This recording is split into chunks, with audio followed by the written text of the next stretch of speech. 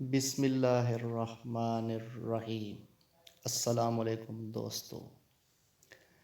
امریکی ریاست میری لینڈ میں 1906 میں ایک دولت مند گھرانے میں پیدا ہونے والی ورجینیا بچپن سے ہی سفیر بننا چاہتی تھیں۔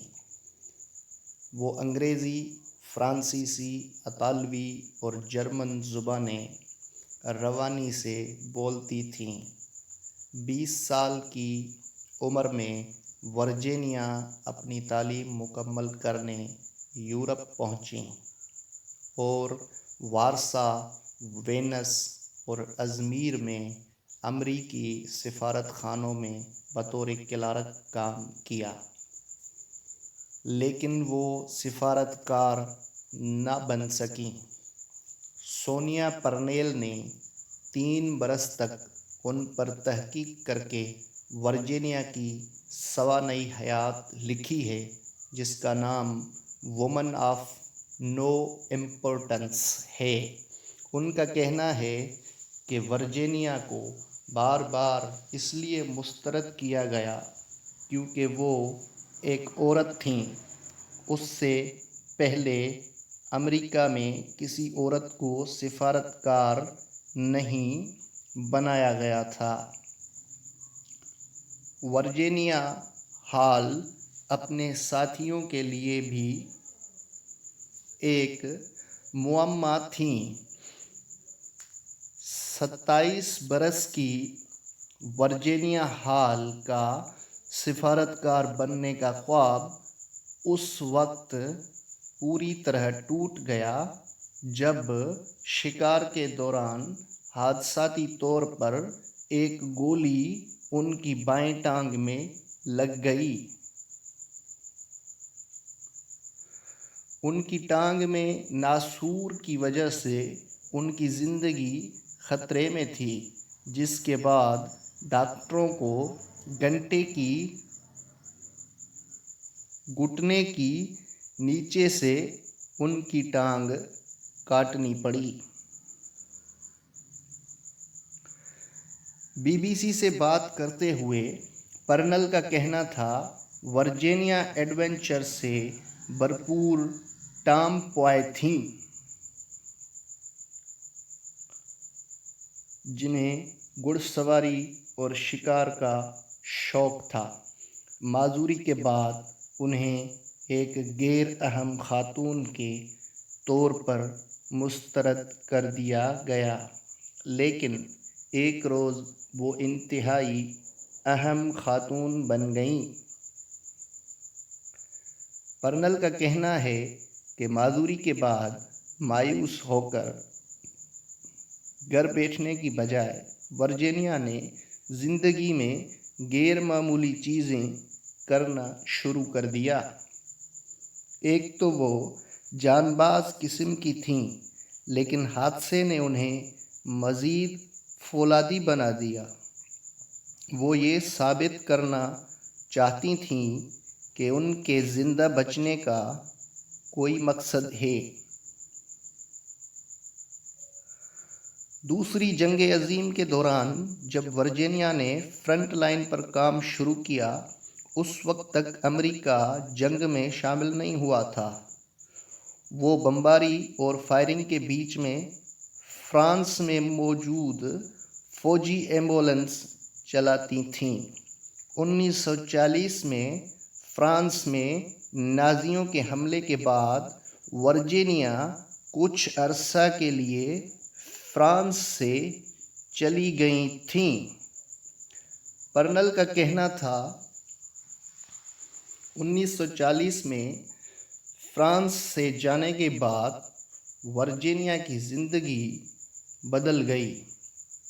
اسپین میں ایک ریلوے اسٹیشن پر ایک برطانوی خفیہ ایجنٹ کی نظر ان پر پڑی اور انہوں نے اس ایجنٹ کو مختصراً بتایا کہ اب تک وہ کیا کرتی رہیں اور یہ کہ آگے بہت کچھ کرنا چاہتی ہیں۔ جاتے ہوئے اس ایجنٹ نے ورجینیا کے ہاتھ میں اپنا فون نمبر دیا اور کہا کہ جب لندن پہنچو تو میرے اس دوست کو فون کرنا، وہ تمہارے لیے کچھ کام نکال لے گا۔ اس کے بعد ورجینیا جاسوسی کے کام میں لگ گئیں۔ لندن میں ورجینیا اسپیشل آپریشنز ایگزیکٹو یعنی SOE کے لیے کام کرنا شروع کر دیا۔ پرنل کا کہنا ہے کہ SOE کی جانب سے دشمن کے علاقے میں خواتین کو نہیں بھیجا جاتا تھا، لیکن 6 ماہ میں وہ اپنا ایک بھی ایجنٹ دشمنوں میں شامل نہیں کر سکے تھے۔ 1941 میں جب ورجینیا نیو یارک پوسٹ کی رپورٹر بن کر واپس فرانس پہنچی تو کہا جاتا تھا کہ یہ ایک انتہائی خطرناک مشن تھا جس میں ان کی زندگی کے امکانات 50-50 تھے۔ نازیوں کے خلاف مزاحمت کو منظم کرنے کے لیے اپنے خطرناک مشن کو پورا کرنے کے لیے انہوں نے مقامی قہوہ خانے کی ایک میڈم جرمین کو اپنے گروپ میں شامل کیا جو 30 کے پیٹے میں تھیں اور انتہائی گلیمرس ہوا کرتی تھیں۔ اس کے علاوہ جنسی امراض کے ایک ڈاکٹر کو بھی ساتھ ملایا جو ان کے چیف بن گئے۔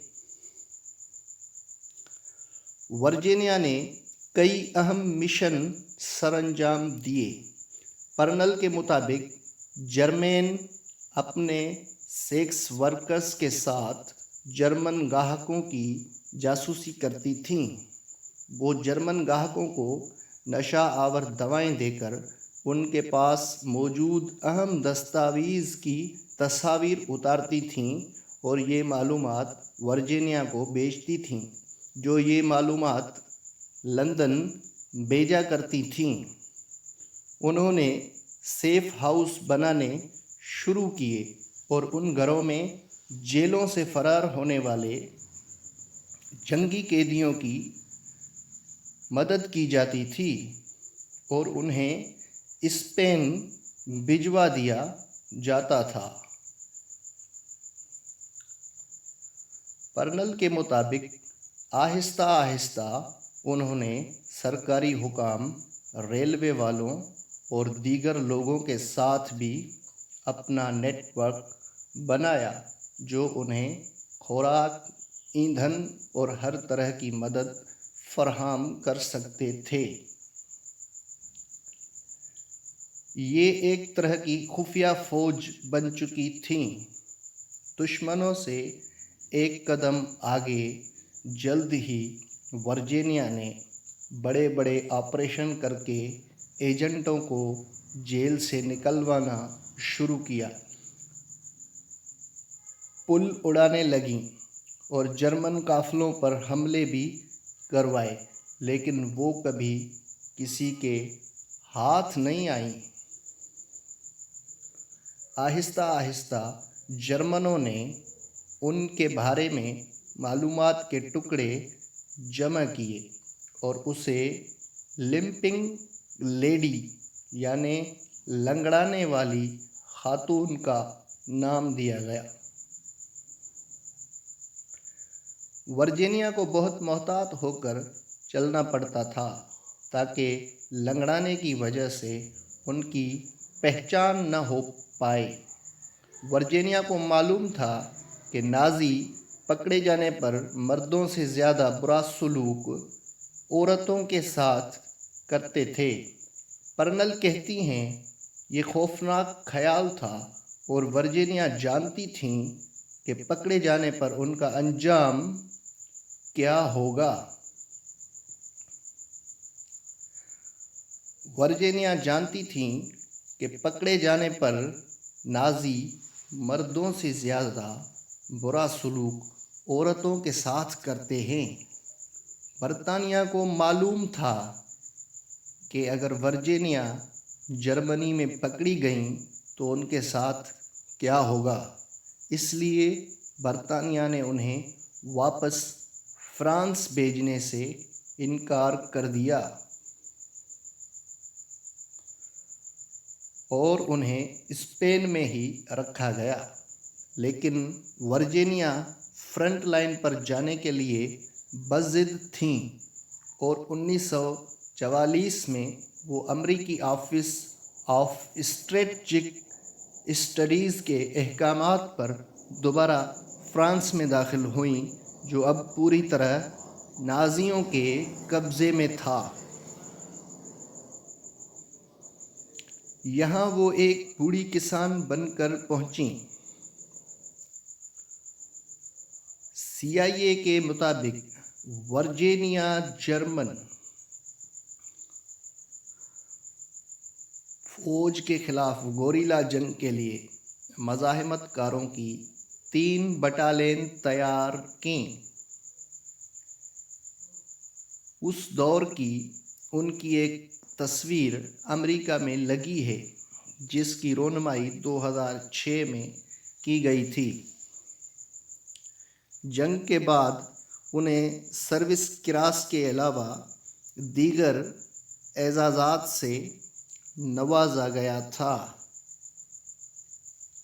لیکن انہوں نے ہر طرح کی توجہ کو نظر انداز کرتے ہوئے 1966 میں 60 سال کی عمر میں ریٹائر ہونے تک خاموشی سے CIA کے لیے کام کیا۔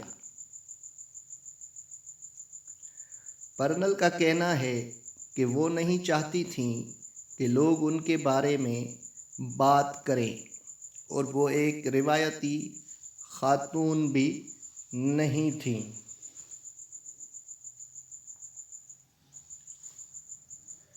ورجینیا 1982 میں انتقال کر گئیں۔ تو امید ہے دوستو آپ کو یہ ویڈیو بہت اچھی لگی ہوگی۔ اگر اچھی لگی ہے تو مہربانی کر کے میرے YouTube چینل کو سبسکرائب کر دیجئے اور ان جیسی خوبصورت کہانیاں کا انتظار کریں۔ بہت شکریہ۔ اللہ حافظ۔